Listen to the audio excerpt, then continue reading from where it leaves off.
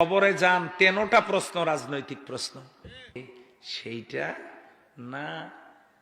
কবরের প্রথম প্রশ্ন মান রব্বুকা, অর্থ হলো তুমি আইন মেনেছো কার, সার্বভৌমত্ব মেনেছো কার। নামাজ রোজার প্রশ্ন না, প্রথম প্রশ্ন রাজনৈতিক প্রশ্ন, মান রব্বুকা, তুমি সার্বভৌমত্ব আইন মেনেছো কার। 2 নম্বরের প্রশ্ন আমার দিনুকা, এখানেও নামাজ রোজা হজ যাকাতের প্রশ্ন না, আমার দিনুকা, তুমি কোন দলের লোক,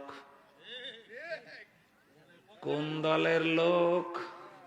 হুজুর এখানে দল পাইলেন কই, দিন মানে ইসলাম, সেটা হলো ইন্নাদ দীনা ইনদাল্লাহিল ইসলাম, দিন মানে কোরআন, লিউযহিরাহু আলাদ দীনি কুল্লি, দিন মানে হলো কোরআন, দিন মানে হলো আদর্শ। ইন্নী আখাফু আন ইউবাদদিলা দীনাকুম, দিন মানে কমপ্লিট জীবন ব্যবস্থা। আল ইয়াউমা আকমালতু লাকুম দীনাকুম ওয়া আতমামতু আলাইকুম নি'মাতি ওয়া রাদিতু লাকুমুল ইসলাম দীনান। কয়টা দলিল দেব আপনাদেরকে? দিন মানে আন্দোলন, দিন মানে সংগঠন, দিন মানে মালিক ইয়াউমুদ্দিন, দিন মানে কিয়ামত।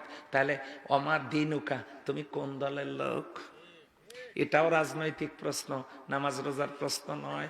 3 নম্বরের প্রশ্ন আমার নবীকা, নাবা, নাবা মানে ব্রেকিং নিউজ, নাবা মানে সংবাদ শিরোনাম, নাবা মানে হেডলাইন্স। সেখান থেকে নবী, নবী মানে মেসেঞ্জার, নবী মানে সংবাদদাতা, নবী মানে সাংবাদিক। কিসের সংবাদ? নিউজ, এনতে নর্থ, ইতে ইয়েস্ট, একটা হলো উত্তর, একটা পূর্ব, ডাব্লুতে ওয়েস্ট পশ্চিম, আর এসতে হলো সাউথ, তার মানে দক্ষিণ। পূর্ব পশ্চিম উত্তর দক্ষিণ মিলে ইন দ্য আর্থ, গোটা পৃথিবী। এই পৃথিবীর সমস্ত সংবাদ যিনি পরিবেশন করেন তিনি হলেন নবী, লিডার। তার মানে ওমান নাবিয়ুকা, তোমার নেতাকে। তুমি আইন মেনেছো, সার্বভৌমত্ব মেনেছো কার, দল করেছো কোনটা, তোমার দলের নেতাকে। শেষ প্রশ্নটাও নামাজ রোজা হজ যাকাতের প্রশ্ন নয়, এটাও রাজনৈতিক প্রশ্ন। 3টে রাজনৈতিক প্রশ্ন কবরে। আর এই লোক বলে হুজুর শেষ পর্যন্ত আপনিও রাজনীতি করেন, আপনিও রাজনীতি করেন। কবরে যান 13টা প্রশ্ন রাজনৈতিক প্রশ্ন। তাহলে আল্লাহর জমিনে আল্লাহর আইন নাই, আপনি আইন মানতেছেন কার? কবরে গিয়ে কি প্রশ্নের জবাব দিবেন? সেই জন্য ইকামাতুল কোরআন, ইকামাতুল কোরআন আন আকিমুদ্দিন ওয়ালাউ কানা তাতাফাররাকু ফি, তোমরা দিন কায়েম করো, মত পার্থক্য সৃষ্টি করো না। হাত কোথায় বাঁধবো সেটা ইসলাম কায়েমের পরে সিদ্ধান্ত নেওয়া হবে। কোন রঙের পোশাক পরবো সেটাও সিদ্ধান্ত আমরা ইসলাম কায়েমের পরে নেব। ফরজ নামাজের পরে হাত তুলে দোয়া করব কি করব না ওটাও পরে হবে। এরপরে আমিন জোরে বলবো না আস্তে বলবো সে সিদ্ধান্ত পরে নেব। দল্লিন বলবো না জল্লিন বলবো সে সিদ্ধান্ত পরে নেব। তারাবি 8 রাকাত পড়বো না 20 রাকাত পড়বো সেও সিদ্ধান্ত আমরা পরে নিতে পারবো। কিন্তু সমাজের সুদ ঘুষ দুর্নীতি অশ্লীলতা বেহায়াপনা চুরি ডাকাতি ধর্ষণ জেনা ব্যভিচারী কবিরা গুনাহ মানুষ খুন এই সকল পাপ বন্ধের জন্য কোরআনের আইনটা তো আগে সবাই মিলে কায়েম করার দরকার আছে না নাই? কিন্তু আমরা ব্যস্ত হলো দোয়া করব না, হাত কি বুকে না নাভিতে, এগুলো নিয়ে গন্ডগোল। আচ্ছা ভাই, যার হাত নাই সে কোথায় বাঁধবে? তার কি নামাজ হবে না? তাহলে এগুলো নিয়ে গন্ডগোল না করে আসেন সবাই মিলে কোরআনের সমাজ কায়েম করি। এর নাম ইকামাতুল কোরআন। এই জন্য আওয়ামী লীগের ভাইদেরকে লাগবে, বিএনপির ভাইদেরকে লাগবে, অন্য দলের ভাইদেরকে লাগবে, জামাত ইসলামীকে লাগবে, তাবলিগ জামাতকে লাগবে, পীরের মুরিদকে লাগবে, নারী লাগবে, পুরুষ লাগবে, যুবকদেরকে লাগবে, ছাত্রছাত্রীদেরকে লাগবে। সবাই মিলে কায়েম করতে হবে কি? লাভটা কি? লাভটা হলো লা ফাতাহনা আলাইহিম বারাকাতিম মিনাস সামাই ওয়াল আরদ, আল্লাহ আকাশ আর জমিনের বরকতের সমস্ত দরজাগুলো আল্লাহ আমাদের জন্য খুলে দেবেন। অথচ স্বাধীনতার 53 বছর যারা দেশ পরিচালনা করলো, আমার দেশে 7টা খনি একটাও তুলতে পারে নাই, একটাও পারে নাই। এই যে ইসকন কারা? জন্ম হয়েছে আমেরিকায়, আর এই ইসকনকে লালন পালন করতেছে পাশের দেশের বন্ধু রাষ্ট্র।